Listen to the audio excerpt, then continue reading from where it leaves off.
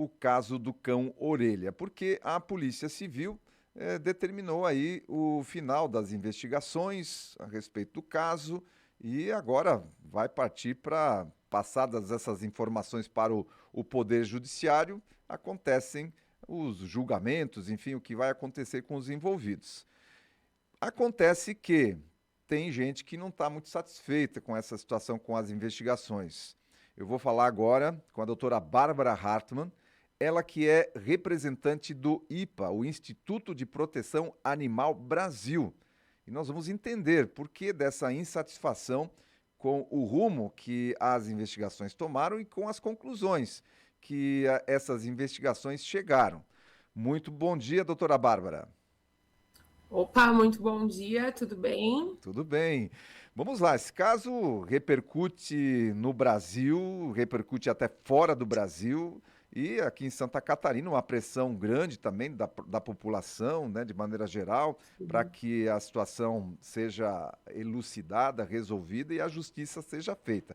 Primeiramente, doutora Bárbara, o que é o IPA, qual é o objetivo do Instituto de Proteção Animal Brasil?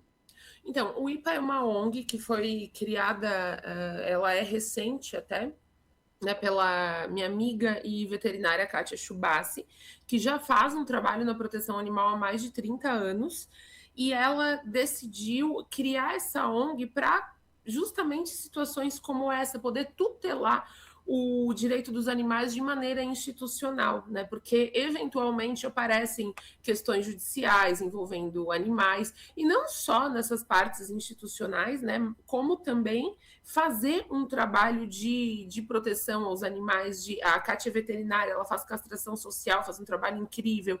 Então, fazer esses trabalhos de castração, de educação, consciência sobre defesa animal. Então, é uma ONG que tutela os direitos animais de uma forma ampla. Muito bem. Dito isso, agora nós vamos para a questão da análise, né, que a doutora tem feito a respeito do rumo das investigações. A Polícia Civil anunciou aí, até depois, manifestações aconteceram em Florianópolis, manifestações aconteceram aqui em Blumenau, ou seja, uma pressão da sociedade civil organizada para que essas investigações tivessem celeridade. Aí eles anunciaram aí o final das investigações. Mas por exemplo, a doutora está satisfeita com o que foi anunciado dessas investigações? Como que eu vou te explicar? Na verdade, a gente não. Satisfeita não é a palavra, tá? Não estamos satisfeitos porque, assim, ó, a gente entende que tem algumas pontas soltas e, na verdade, a gente gostaria de respostas. O que acontece? A ONG IPA, juntamente com mais duas ONGs, tá? O Fórum Animal de Brasília e o Instituto Gaia Libertas de São Paulo, representando total essa situação por 4 advogadas, inclusive eu, a gente vem tentando, desde que começaram as investigações, ter acesso ao inquérito. Por quê? Toda vítima ela tem direito de estar representada por advogado numa investigação. Eu vou dar um exemplo bem esdrúxulo, mas para fazer uma analogia, tá? Uma pessoa, por exemplo, essa pessoa é assaltada, é um crime violento, é um crime muito ruim. Essa pessoa ela tem direito de ter um advogado constituído para acompanhar a investigação do crime de assalto, é um direito da vítima. Quando a gente fala de um animal enquanto vítima, a gente está falando de um direito difuso e coletivo, ou seja, quando um animal é atacado, fere um direito de toda a sociedade. E nós, enquanto ONGs, né, que estamos representando e tutelando o direito dos animais, nós gostaríamos de ter tido acesso às investigações para ver o que estava acontecendo, quais provas estavam sendo produzidas, né? A gente entraria na figura do que a gente chama no direito de amicus curiae, que é como se fosse amigo da causa, tutelando os interesses desse animal e de toda a sociedade civil que está muito revoltada com a brutalidade do crime. Porém, a gente não conseguiu ter acesso, mesmo após diversos e-mails, ligações, peticionamentos, sequer ao número do inquérito, que é um direito da vítima. E aqui a gente está falando de um, né, como eu disse, um animal, sociedade, enfim. Então, a gente não teve acesso a esse inquérito, a gente até protocolou um mandado de segurança pedindo acesso a esse inquérito, né, no nome das 3 ONGs envolvidas. Não tivemos retorno ainda. E, dadas as informações que a gente tem e ao que a gente sabe, a gente sentiu que ficaram algumas pontas soltas, algumas perguntas que ficaram talvez um tanto quanto sem resposta, e se a gente estivesse na investigação, a gente poderia saber melhor o que está acontecendo e até dar uma resposta a toda a sociedade. Pois é, e a doutora pode passar para a gente quais seriam alguma dessas pontas soltas ou desses questionamentos, dessas dúvidas que restam ainda Claro. na investigação? Eu vou colocar aqui bem pontualmente como questionamentos, não estou tecendo críticas à Polícia Civil de Santa Catarina, até porque atuo na área criminal há muitos anos, sempre fizeram um excelente trabalho. Mas dessa vez não tivemos acesso e eu vou trazer aqui os questionamentos que a gente tem. O primeiro questionamento é, vamos lá, essa investigação, o que veio ali dos áudios do porteiro e aquela coisa toda, inicialmente eram supostamente 6 adolescentes. Depois foi para 5, depois 4, e no final identificou-se que era somente um, de acordo com a Polícia Civil. Só que tem algumas coisas que não estão fazendo muito sentido, tá? E que são esses questionamentos que a gente traz e que, se a gente tivesse acesso, a gente talvez pudesse saná-los. A polícia basicamente chegou a um dos adolescentes baseado num vídeo, em que o adolescente, isso são horários divulgados pela própria Polícia Civil, esse adolescente ele está saindo do condomínio às 5h25 e retornando às 5h58, coisa de meia hora. Qual que é o nosso questionamento? Como que ele conseguiria cometer um crime tão brutal? Porque esse cachorro ficou, todo mundo sabe o estado que o cachorro ficou, não preciso ficar aqui, em coisa de 20 minutos, meia hora. E voltou calmamente com a mão no bolso, conversando com uma outra menina. Não, é algo que causa estranheza. Porque, assim, do jeito que o cachorro foi encontrado, seria muito difícil uma pessoa sozinha conseguir ter feito aquilo, alguém teria que ter segurado o cachorro. O rapaz, ele voltou calmo, mão no bolso, conversando. Então, isso é um primeiro ponto que causa estranheza para a gente. Um segundo ponto, a Praia Brava ela tem diversas câmeras, é uma praia muito monitorada, como são diversas praias de Florianópolis, que é uma cidade turística. A gente questiona nenhuma outra câmera das inúmeras câmeras que tem na Praia Brava pegou mais nenhuma movimentação. É outro questionamento. Mais um questionamento que a gente traz. No vídeo ali, supostamente, eram 5h25 da manhã. Essa época do ano, janeiro, fevereiro, tem muito turista na cidade e muitas pessoas, se for na praia esse horário, já estão na praia para ver o nascer do sol. A praia já tem bastante gente esse horário, inclusive dá para procurar no Instagram, vocês vão jogar a tag Praia Brava, vão ter várias fotos de pessoas que foram justamente assistir o nascer do sol. Aí questionamos também, a praia já estava bem movimentada, ninguém ouviu, ninguém viu, porque um crime brutal desse porte, o cachorro não teria ficado em silêncio, o cachorro teria gritado.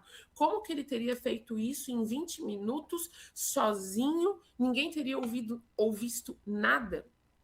Aí mais um questionamento. Ok, vamos dizer que seja essa história que ele realmente fez ali em 20 minutos e voltou naquela calmaria ali, conforme mostra as câmeras. Quem é essa menina que estava junto? Já estão divulgando informações que essa menina tem 19 anos, ou seja, ela é maior de idade.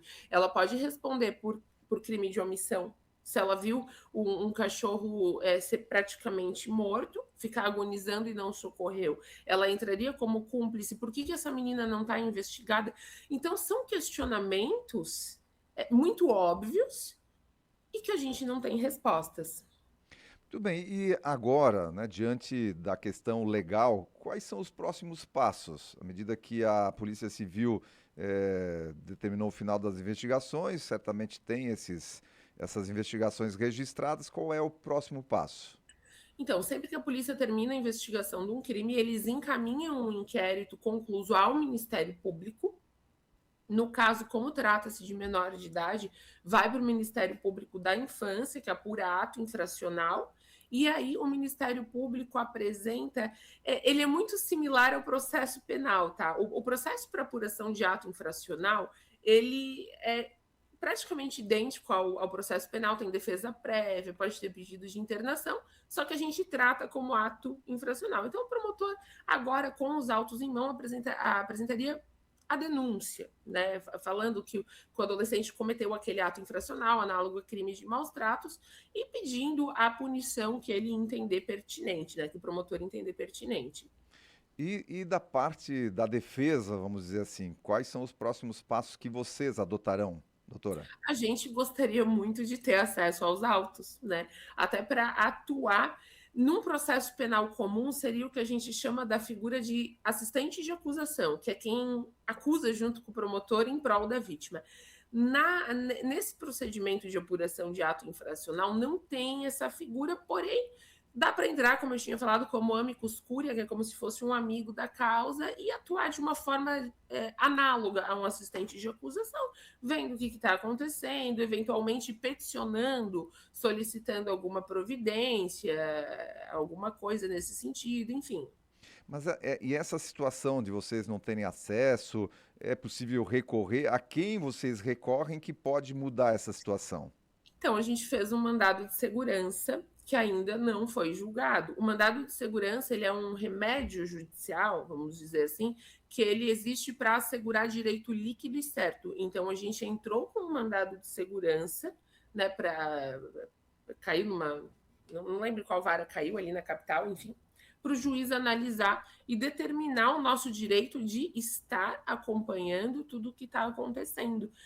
E, na verdade, foi a primeira vez na minha vida que eu tive que fazer algo assim, porque nunca tive dificuldade, enquanto advogada, de ter um acesso a um inquérito. Né? Todas as vezes que eu estava representando algum cliente, fosse acusado ou fosse vítima, ligava na delegacia e falava: olha, eu sou advogada da vítima ou do fulano, é preciso do número. A polícia civil me fornece o número, eu vou lá, peticiono, tenho acesso e pronto. E dessa vez a gente encontrou muita dificuldade. E a que você debita essa dificuldade que está sendo encontrada especificamente nesse processo? Não sei, eu queria saber, né? Tem coisas que se eu falar aqui eu me complico, mas a gente tem desconfianças, né? Por que a gente não pode acessar? Será que se fosse outras pessoas, numa situação econômica diferente, será que a gente não teria tido acesso? Pois é, se fala muito, né, dessa situação dos menores, das famílias, de que houve e há ainda tentativa de interferir nas investigações, com relação a testemunhas também. Essas famílias realmente são famílias de posse e elas são de Florianópolis ou são de outras regiões e estavam veraneando por ali? Não, são famílias de Florianópolis e, né, enfim, publicamente conhecidas por serem famílias um pouco mais abastadas, digamos assim. Pois é, e essa situação tem dificultado, então, o acesso à informação. Como é que isso está? Porque aqui, né, aqui na nossa região, tem a repercussão que as redes sociais vão dando, as informações que a gente Claro. da imprensa vai passando.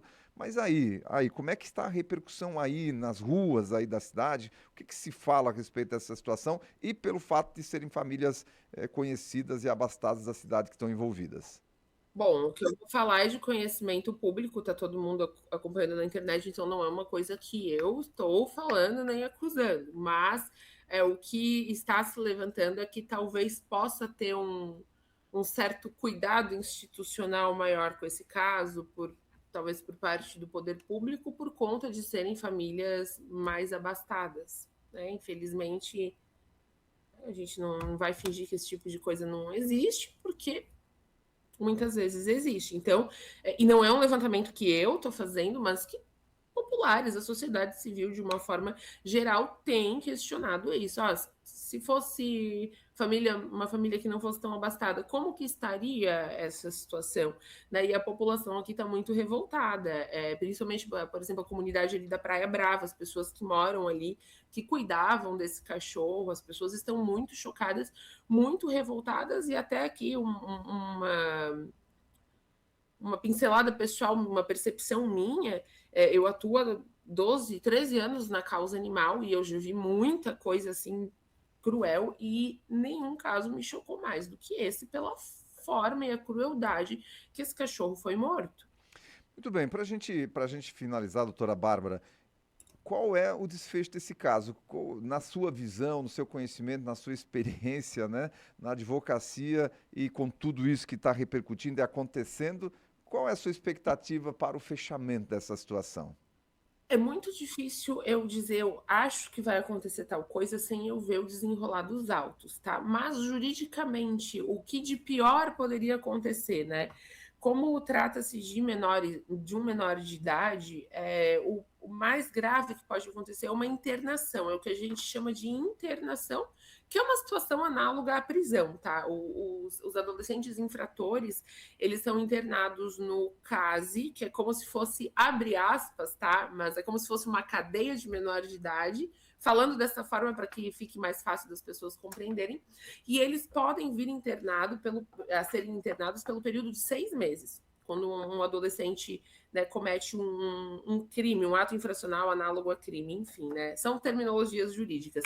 E aí, o que acontece? Fechando 6 meses, é feita uma avaliação para ver se essa pessoa tem condições de sair da internação. Então, pode ser renovado por mais 6 meses, por mais 6 meses, se for o caso. Um exemplo que a gente tem de um adolescente que já é maior de idade hoje, que está internado até hoje, é o Champinha, daquele caso horrível lá de São Paulo, porque, né, segundo os laudos, ele constata que o cara tem uma psicopatia, não tem condições de conviver em sociedade. Então, esse cara está internado até hoje. Não é preso, porque quando ele cometeu o crime ele era menor de idade, porém internado. Então, numa perspectiva do pior que poderia acontecer, seria esse adolescente ficar internado por muito tempo. Muito bem, então a gente vai acompanhando o caso, vai divulgando por aqui e a gente quer agradecer a doutora Bárbara Hartmann, representante do Instituto de Proteção Animal Brasil, ela que faz parte da defesa, né, da defesa aí do cão-orelha e passou para a gente um panorama de como estão, né, como está o posicionamento da defesa em relação às investigações e ao que pode acontecer daqui para frente. Doutora Bárbara, quero agradecer a sua participação aqui no Repórter Cultura desta manhã de quinta-feira. Tá certo, eu que agradeço a participação também. Muito obrigada.